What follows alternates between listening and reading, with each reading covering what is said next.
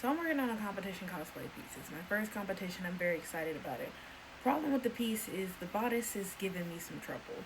Now I've watched like every YouTuber video on how to, make your own corset pattern and this, that, and the third. I wrapped myself in cellophane and then in duct tape and then I cut it off myself. And that did produce a pattern. It produced a pattern with a very wearable corset. I've still got the pieces to that pattern. Two major problems though. The first time I made that pattern, the first being when I made that pattern, I was about 80 pounds heavier. And the second of which being, I made it for like a sweetheart neckline, so like a heart or like a straight across. I didn't consider that I'd be making something that goes on an angle in both ways. And honestly, it's something that's like a fan art design, trying to figure out what would go with it. There's no pattern for a corset that also dips in low V and up and then comes in the back in deep V as well. That's not a thing that happened. But recently, a similar gown is now floating around the internet. Okay, I think you can see it. This is Glinda's dress from Wicked for Good. Well, it was supposed to be Glinda's dress from Wicked for Good. They cut it out for reasons I still don't understand. I am seeing like all of the cosplayers and stuff on Instagram are making this dress. I will not be making this dress. It feels above my skill level and it's a lot of pink and I really don't mess with pink like that. But the important part of all of this is the bodice. Do you see the bodice? The bodice corset situation, deep V in the front, and I'm assuming deep V in back. But most importantly, it is giving me something to look at.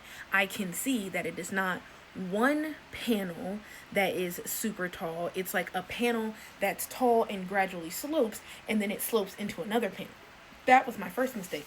I was trying to make it one panel that like, yes, sloped, but carried the entirety of it, and then the other panel met it right here, and it wasn't working out, and I couldn't figure that out. And maybe you probably didn't see that, or maybe to somebody who is better at this sort of thing, they could have been like, well, duh, that's silly, of course that doesn't work. I don't know that, right?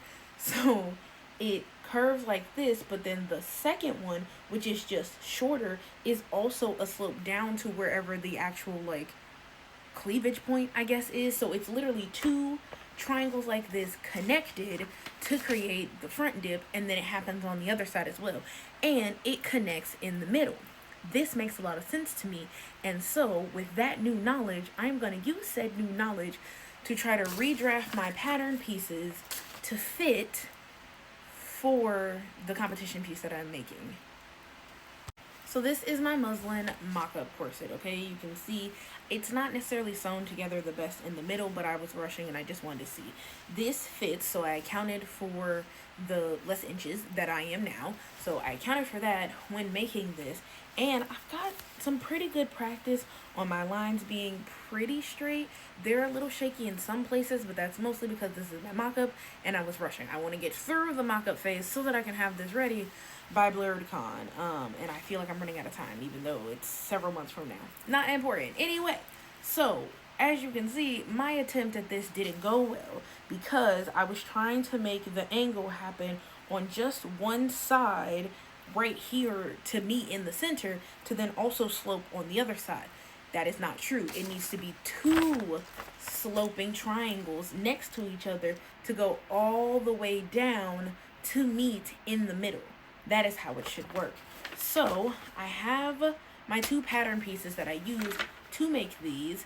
I am going to try to adjust both of them. So this is center front E and then front E to D, because I labeled all of the letters so that I could tell like how they actually fit together. And this one's got a crazy curve in it to account for my bust. So I need to slope this one and this one. So this is this, but this also needs to be this. It probably makes no sense, but it will make more sense here in a moment. After I finish that and figure that out, I'm then gonna have to tackle the bottom bit, which technically this is supposed to be a dress, but I'm making it a skirt and a top because I just think that's what's going to be more comfortable for me, and I also think it's what I can achieve. So I think instead I'm going to go back to the original cut I had on the first time I did this corset, which had like a diamond cut kind of at the bottom. I feel like all dresses are cut like that, and I'm pretty sure the Glinda one is too. Let's look, hold on. Okay, yes, it absolutely is cut in a little triangle thing. Okay, so we have a game plan. We know what we're gonna do. I'll be back after I have started to figure out how I want to figure out the slope. I'll be back. Okay, so to start with, I took the pattern pieces that I already had and I was trying to decide if I wanted to match the curve, but I instead just decided to choose my own curve and I'm mapping it out with the ruler. It takes me a few times because I couldn't decide exactly how deep I wanted the curve to go. There I am lining them up to make sure that the slope matches, and that I don't look like I'm making the weirdest angle known to man, but I really didn't want to have to use too much math to actually figure this out. So luckily we were able to just kind of eyeball it and get the two pieces together.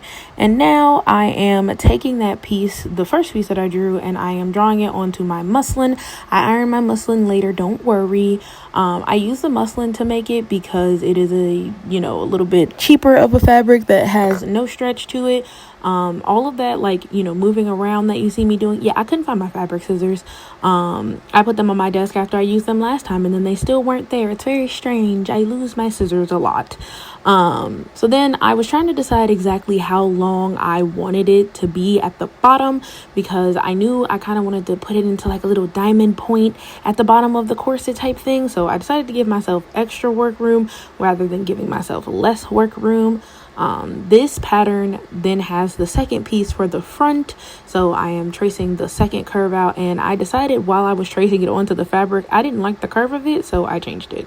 Here I am deboning my corset because I had put all of those damn bones in, and now I'm seam ripping. My gosh, I swear I spend so much time seam ripping projects, and that's why all the threads always different and it looks crazy. So now I am sewing what I think is objectively the hardest part of this pattern, and that is the curve for the bust. I actually ended up sewing this completely wrong. I am noticing now I'm looking at it, and also when I put it on I have noticed, so a little frustrated about that, but I know how to sew it without messing up that curve, and it looks really good when I'm done. I've made this corset so many freaking times. Okay, so I've got the first piece sewn together, and I think that it looks pretty good slope wise. I can kind of see a little bit of this seam allowance poking out in the back, but that is because I'm doing double bone, so one bone on each side. I think in the full-fledged thing I might try to do this in twill tape instead, but this would be like half of it. Now this looks much better than what I was doing before. If we just hide the seam allowance bit there, right? This looks much better. I think this looks good. Here is my problem though. I know that one thing that everybody who tells you about making a corset says is that you have to press your seams. You have to press your seams. So I have my iron and I have the ham. Everybody says you need to press in Taylor's ham. I got the ham. So I'm going to try to press my seams, and I'm going to look up a tutorial on how to use a Taylor's ham to press a curve because apparently that's also important. I'll be back. Okay, so I was supposed to be back after I pressed it. I did a whole lot of stuff. I pressed it, I reconstructed it, I boned it, I deboned it, I tried a new thing. So here's what I've learned. I had to add an extra piece of fabric here on the side because my side panels were a little too short to support the depth of this V. So I had to give it some support so that when it pulled, it had something helping to keep it there. There's also like some very featherweight light boning sewn in here. I might do two pieces of it when I put the real thing together. I also had to add in a dart here, which is like very badly drawn and sewn on, but it is a lot clearer on the back, I can tell, so it is fine. Pressing this was kind of hard. I didn't enjoy using the ham because I felt like I was using it wrong. I did notice that I put my curve in my bust part. I put it in and then flattened it out when I was sewing the channel on. So I think I need to sew my boning channel on a little bit differently this next go round, but I think I'm ready to move to make the bottom structural layer of the corset before I make the fashion layer that I'm going to sew the two sides, sew them right sides together and flip them inside out, and then grommet and close the side seams as like a back lining thing. So I think I'm ready to move into doing that. I have made this corset no short of 4 or 5 times, so I think I'm getting a little bit of corsety bodice fatigue, but also I really like the fit on this side, so all I have to do is just trace and make this side twice and it should work out. So I am on to making the structural layer for my actual piece now. Bye.